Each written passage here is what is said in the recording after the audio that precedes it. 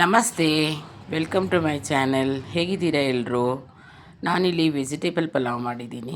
ತುಂಬ ಸಿಂಪಲಾಗಿ ಮಾಡ್ಕೋಬೋದು. ಇದನ್ನು ಹೇಗೆ ಮಾಡಿದೆ ಅಂತ ನೋಡೋಣ.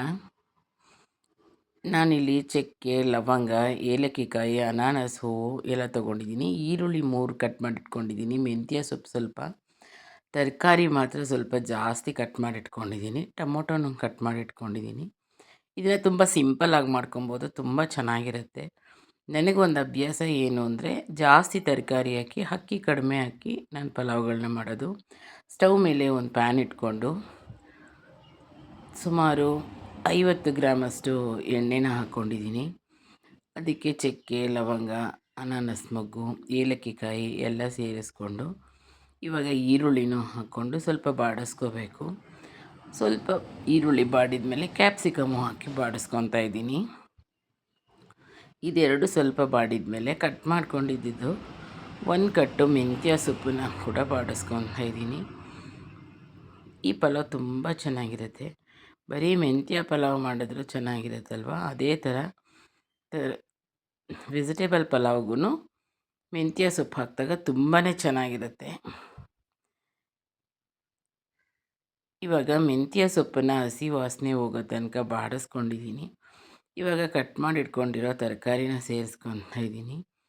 ಕ್ಯಾರೆಟು, ಬೀನ್ಸು, ಗೆಡ್ಡೆಕೋಸು, ಈ 3 ತರಕಾರಿಗಳನ್ನ ಕಟ್ ಮಾಡಿ ಇಟ್ಕೊಂಡಿದ್ದೀನಿ. ನೀವಿಲ್ಲಿ ನೋಡ್ತಾ ಇರ್ಬೋದು, ತರಕಾರಿ ಸ್ವಲ್ಪ ಜಾಸ್ತಿನೇ ಇದೆ.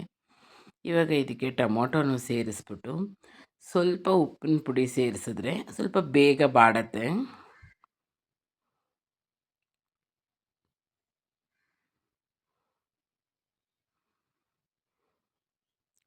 ಇವಾಗ ಸ್ವಲ್ಪ ಉಪ್ಪು ಸೇರಿಸ್ಬಿಟ್ಟು ಲಿಡ್ ಕ್ಲೋಸ್ ಮಾಡಿ 10 ನಿಮಿಷ ಬಿಟ್ಟಿದ್ದೀನಿ. ಇಲ್ಲಿ ನಾನು ಬಾಸುಮತಿ ರೈಸ್ ತೊಗೊಂಡಿದ್ದೀನಿ. 2 ಲೋಟ ಚಿಕ್ಕ ಲೋಟದಲ್ಲಿ ಅಕ್ಕಿ ಹಾಕಿಟ್ಕೊಂಡಿದ್ದೀನಿ. ಇದು ಹಸಿಮೆಣಸಿನ್ಕಾಯಿ, ಕೊತ್ತಂಬರಿ ಸೊಪ್ಪು, ಶುಂಠಿ, ಬೆಳ್ಳುಳ್ಳಿ ಇಷ್ಟು ಸೇರಿಸಿ ರುಬ್ಬಿಟ್ಕೊಂಡಿರ್ತೀನಿ ಯಾವಾಗಲೂ. ಇವಾಗ ನಾನು ರುಬ್ಬಿರೋ ಮಸಾಲೆನ ಕೂಡ ಸೇರಿಸ್ಬಿಟ್ಟು ಅದನ್ನು 1-2 ನಿಮಿಷ ಲಿಡ್ ಕ್ಲೋಸ್ ಮಾಡಿ ಬೇಯಕ್ಕೆ ಬಿಡ್ತೀನಿ.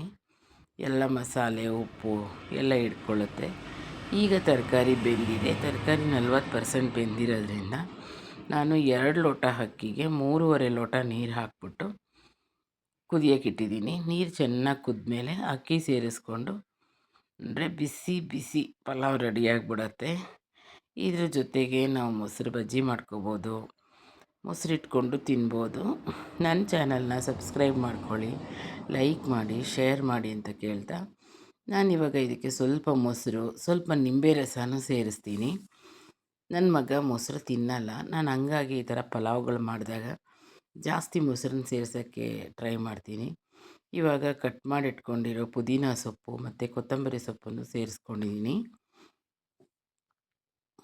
ಅವನು ಯಾವಾಗಲೂ ಅಷ್ಟೇ ಮೊಸರನ್ನ ತಿನ್ನಲ್ಲ. ಹಂಗಾಗಿ ಇದನ್ನು ಅವ್ನು ಮೊಸರು ತಿನ್ನಲಿ ಅಂತ ಹೇಳಿಬಿಟ್ಟು ಈ ಥರ ಎಲ್ಲ ಮೊಸರುಗಳನ್ನ ಪಲಾವಲ್ಲಿ ಇದರಲ್ಲಿ ಸೇರಿಸ್ತೀನಿ. ತುಂಬ ರುಚಿಯಾಗಿರೋ ಪಲಾವ್ ರೆಡಿಯಾಗಿದೆ. ನೀವು ಒಂದು ಸಲ ಟ್ರೈ ಮಾಡಿ. ನನ್ನ ಚಾನಲ್ನ ಸಬ್ಸ್ಕ್ರೈಬ್ ಮಾಡ್ಕೊಳ್ಳಿ. Thank you for watching.